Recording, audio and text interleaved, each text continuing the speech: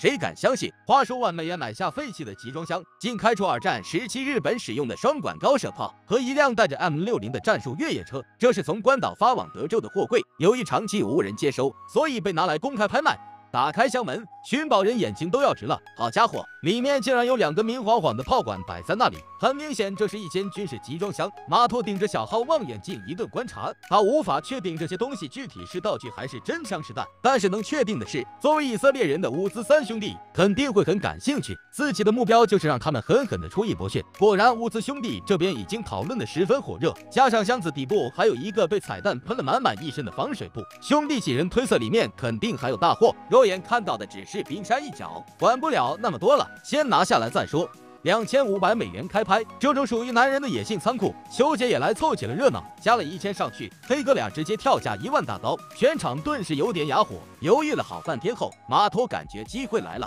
再次跳价1万5，这把乌兹兄弟气得直摇头，质问马托是不是存心要搅局，随后喊出了1万9的天价，结果却把马托开心的嘴巴都快笑歪了。这边刚送走马托，修姐又加了3000上去，这对西门庆和潘金莲搞得兄弟几人简直是头皮发麻，最终硬生生的逼得乌兹兄弟花了23500美刀，才顺利拿下这第一间货柜。马头嘲讽这群以色列人肯定会亏得屁股尿流，但乌兹兄弟却胸有成竹，先将双管高射炮推出箱外后，邀来的军事专家肯尼终于姗姗来迟。肯尼表示，这是日本人在2战时期使用的双管高射炮，主要功能是用来打击天上的飞行器。这东西如果是真的，目前的价值起码是35000美刀，但代价就是你们这群人得进局子里蹲个20年。一番话把乌兹兄弟吓得脸色是青一阵子一阵。好在肯尼表示，眼前这个双管高射炮很明显只是电影道具，不过也能值个12000美元。这下兄弟几人总算松了一口气。紧接着在防水布下方，他们又发现了一辆带着 M60的战术越野车，车子是真的，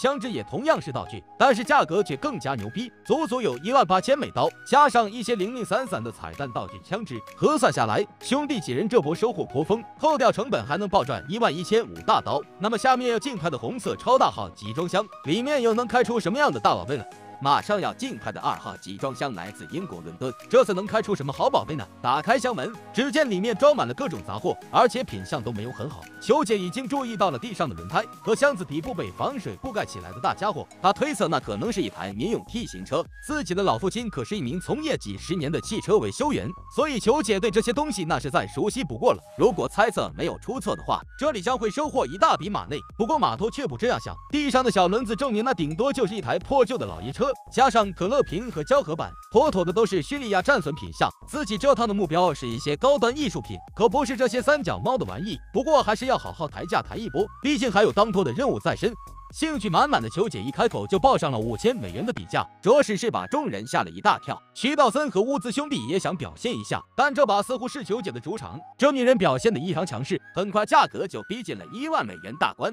马托此时已经确定球姐是真心想要，也不藏着掖着了，名牌抬价一把就跳价喊到了15000美元。老黑哥还来煽风点火，加了3000上去，球姐志在必得。不过你们喊多少，我都一个劲的往上加。看热闹不嫌事大的乌兹兄弟还在一旁拼命挑唆，终于在球姐喊出25000美刀的时候，现场安静了下来。裁判3声倒计时，球姐终于取得突破，打酱油数10期节目，这把可算是标下了第1间货柜。取得阶段性的胜利后，球姐就着手将各种杂物清理出来，不过都是不值钱的玩意，而且眼前这台大号的爆米花机还是坏的，根本卖不了什么钱。此时的球姐已经有点慌了，只能把所有的希望压在箱底的大宝贝上了。扯开防水布，这女人就尖叫了起来，里面果然是一辆崭新的小黄车，不过却不是自己想要的 T 型车，而是普通的冰淇淋售卖车。这样子一搞就有点内伤了，因为这辆车子顶多只能卖到7000美元。好家伙，这波操作属实是老奶奶上楼梯，不服都不行啊！3年不开张，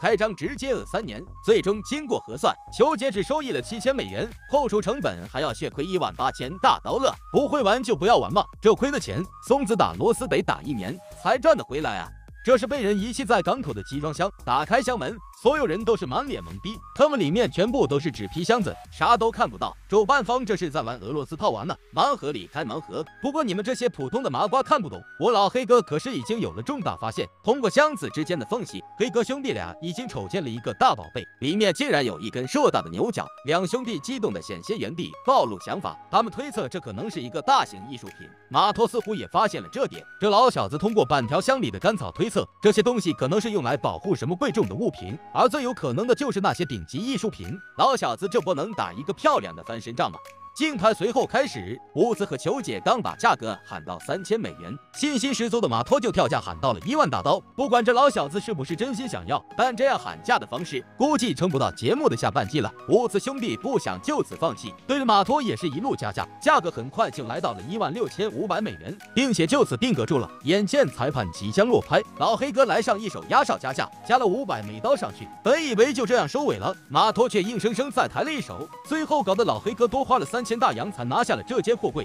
有点不服气的马托表示自己真的很想要，但$2万的成交价实在太贵了，弄不好就得血亏。但黑哥俩显然是不信邪的，先手拿出的箱子里就发现了一大排的子弹，还好只是个玩具枪弹，不然怕是也得进去蹲个几年。随后各种箱子就都被搬到了空地上，第一个木箱打开的那一刻，黑哥就笑出了猪叫声，里面竟然装的是真皮酒吧座椅，每个能值到$300，而他们足足收获了16个。拉开防水布，先前看上的牛角下面居然是一只超大号的水牛模型，瞧这油光发亮的漆色和精细的做工，老黑哥很自信的表示，起码能卖到15000大刀了，再加上其他七荤八素的杂物，一波核算下来，兄弟俩扣除成本还能轻松赚到$5000刀。虽然利润不高，但是也够两人今晚去马杀鸡一下了。好了，关注松子，每天带你看最精彩的寻宝节目。